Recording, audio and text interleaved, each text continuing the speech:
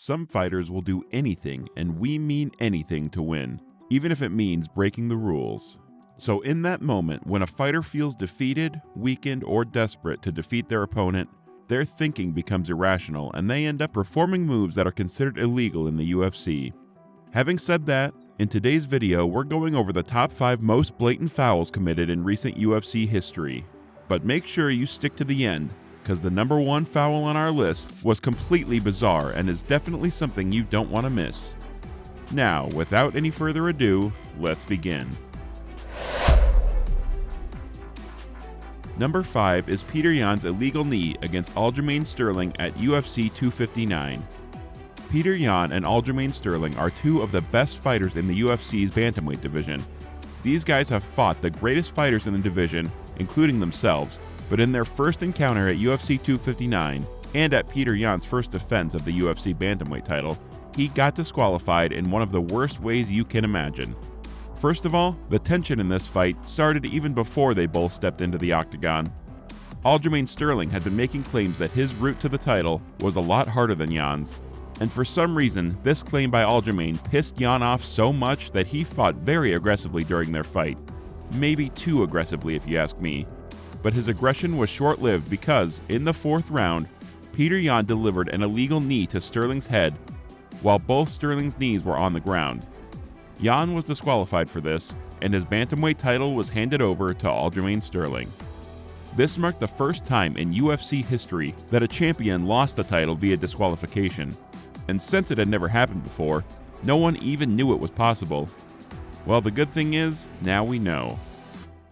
Number 4 is Rafael Nadal's groin kick against Uriah Hall at UFC 187. This one right here was definitely a brutal foul from Rafael Nadal, done on purpose. Nadal gave a direct soccer kick to Uriah Hall's groin within the first few seconds of their fight. This kick wasn't a mistake or a kick that fell a few inches from the midsection. It was a straight-up low blow from Nadal. But the twist here is, Uriah showed us just how good he was, because even after taking such a gruesome kick to the groin, he was still in total control of the first round. He put a lot of pressure on Rafael Nadal, connecting with some brutal head and spinning kicks late in the round. But maybe getting that 1-minute break after the first round brought back the pain of the groin kick, because for the rest of the fight, he wasn't as ruthless anymore. He was more on the defensive side in the 2nd round, and in the 3rd round, things just went completely haywire for both fighters. At the end of all 3 rounds, Rafael Nadal got his hand raised as the winner via split decision, and even though Uriah Hall never got to exert his revenge, this is still considered one of the most blatant fouls in the UFC that many fans believe should have led to a disqualification. Do you also think Rafael Nadal should have been disqualified? Let us know in the comments section right now. Number 3 is Conor McGregor versus Khabib Nurmagomedov's fight at UFC 229. No rivalry in the history of the UFC, or maybe even combat sports as a whole, has been as brutal as the rivalry between Conor and Khabib Nurmagomedov.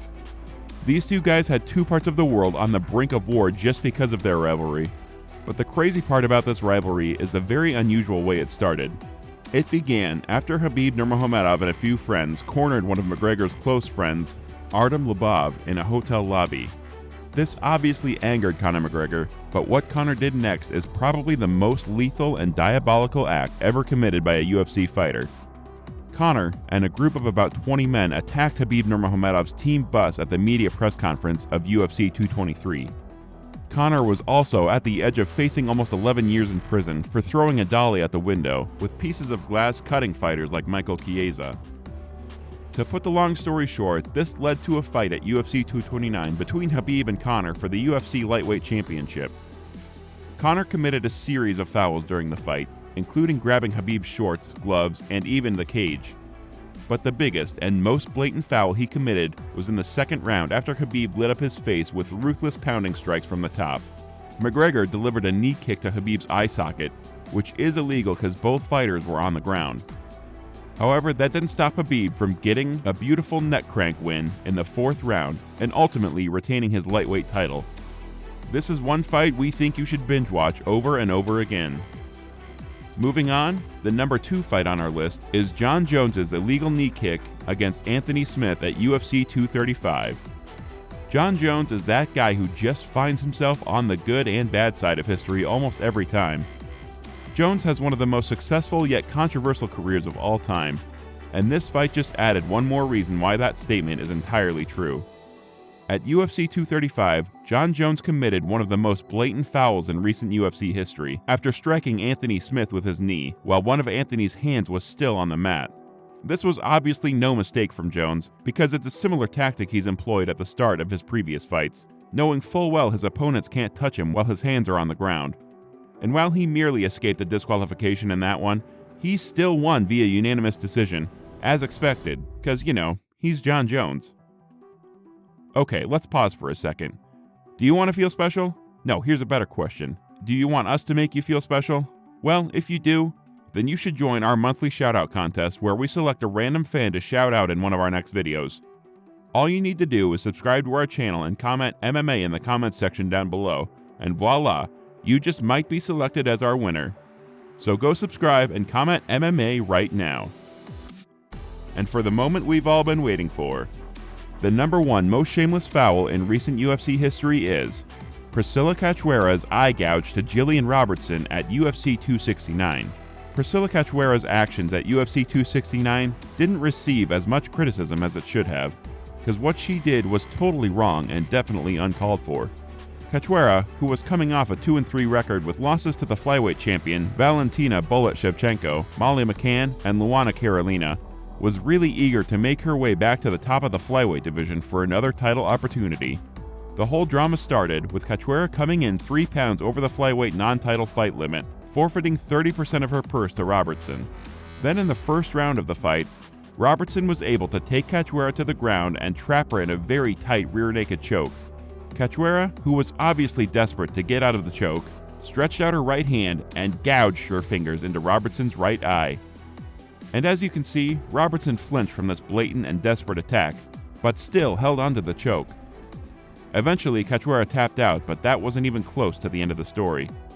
Many MMA fans and fighters called out Cachoeira for her actions, and even called on the UFC to cut her out of the promotion. And you might say that's too extreme, but if you really think about it, such actions could have resulted in Robertson losing an eye. We've seen fighters like Michael Bisping lose an eye to the sport, so it's not something that's impossible. Eventually, Cachoeira responded to the criticisms by seeking sympathy from the fans.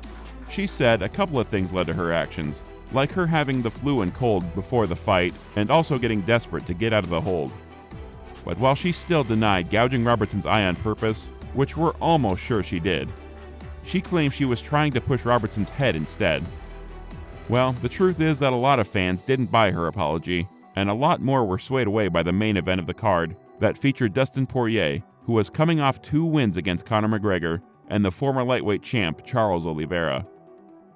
Anyway, Priscilla Cachoeira apologized to Jillian Robertson, and it seemed like they're both cool now, so it's safe to say everything has been settled.